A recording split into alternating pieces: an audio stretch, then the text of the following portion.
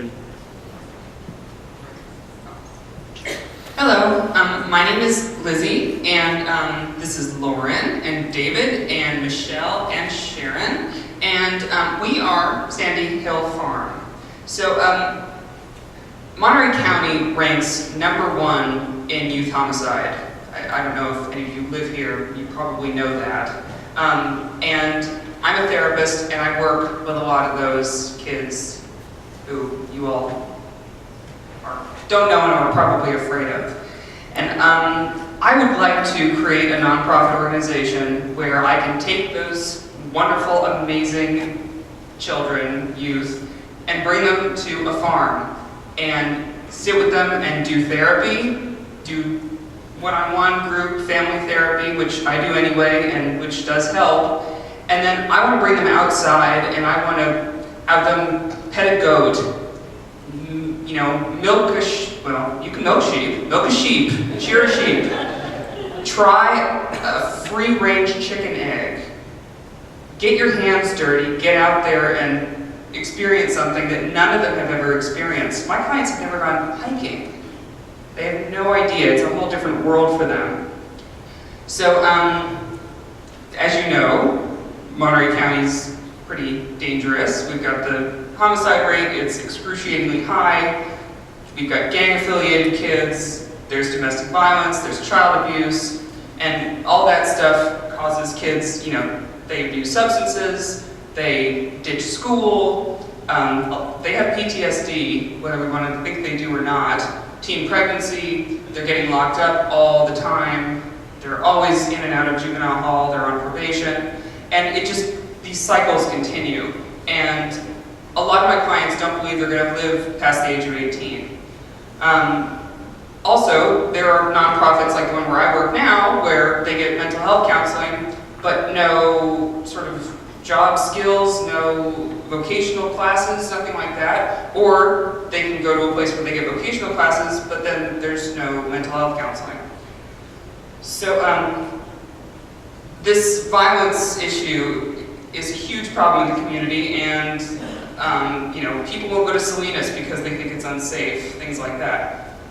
So I want to use Sandy Hill Farm as a place where they can come and they can someone, thank you.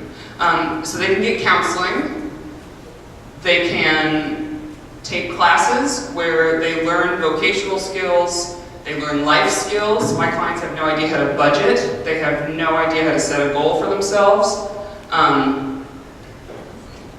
Useful skills so that they have some hope for the future, and even if they are bombing school, which most of them are, they're not doomed necessarily. And they can learn healthier alternative ways to cope with their trauma. Instead of smoking weed and ditching school, they can, I don't know, knit or build a table or something. It works for me. So, let's see. So, we'd like to have some therapists. I'm one of the therapists. And we want to have teachers from the community who can teach these youth and connect with them. And we'd like to have kind of a reward system where there are youth do a certain number of counseling sessions, and then they are rewarded with a class of their choice. So, or people from the community who are interested in these classes, because they are amazing. If you're interested in hands-on stuff, they can come and pay out of pocket for these classes. So we have a location picked that we'd like to start looking into getting, and we've got some grants identified that my causes would qualify for, and we really want to make this happen. My papers. So I identified people in the community, and I got a lot of really, it was unanimously positive feedback about the idea of the organization, and a lot of the people I interviewed had no interest in mental health counseling, but a lot of classes ideas. They had feedback about the cost of the services, and just talking here, I got a lot of positive support. Joint Venture Monterey Bay is on board. and we are excited.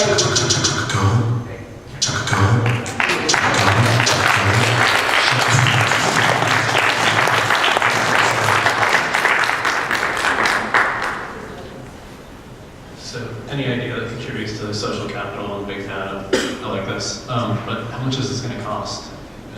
Where is that money going towards? Well, here.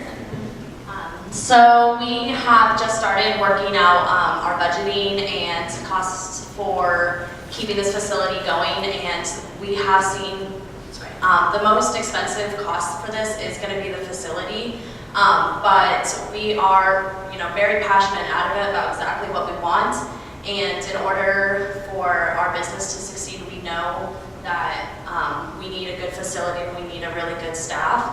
So we haven't really gotten, I've been doing some, number plugs in. We don't have exact estimates, but we are thinking with the facility and with everything that we want, it'll probably be like on a budget of, I'd say, $1 million for about a year, just with everything that we're including. It might seem like a lot, but with all we're trying to accomplish, the rewards will be so amazing. And the first year we may be in debt, but I believe in the idea of our program, and if we can get some really, really strong partnerships with community members, I think it can really escalate even further. If that answered your question. I just wanted to add that for that initial price, most of that is going to just buying the facility, because properties cost a lot, and we expect that our budget will be able to go down significantly once we manage to procure the property.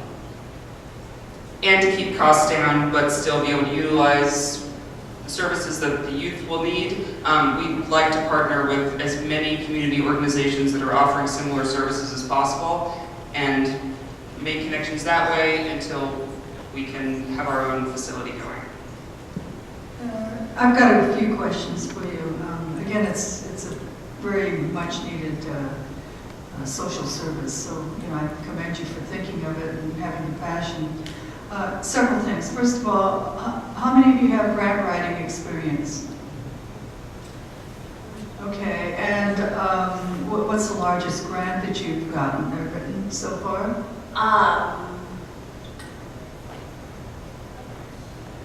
It was for a community center in Romas several years ago.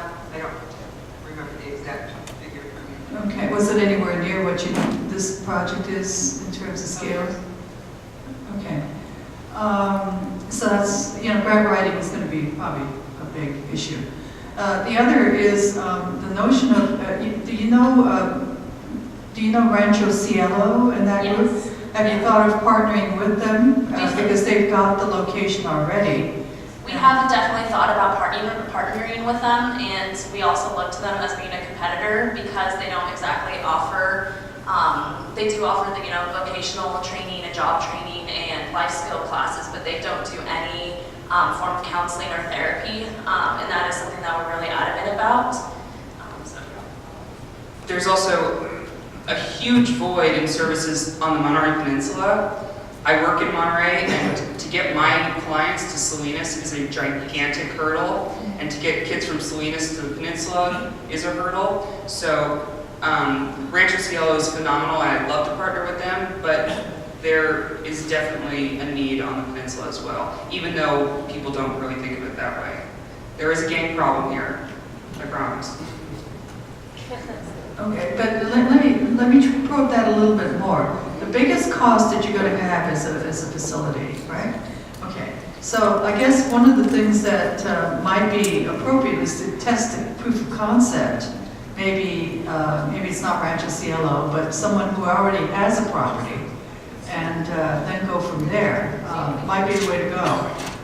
We've definitely considered partnering up, with a smaller farmer and local person who's willing to work with us and believes in what we're doing, so that way it would cut back on farms. But we do know in our future we want our own facility. But since that is also our biggest fund, we know that we might have to, work around with a partner at first on a smaller farm, just to get started. Thank you. Real quickly, just purely from a business perspective, have you thought about this as a franchise opportunity? Yes, definitely.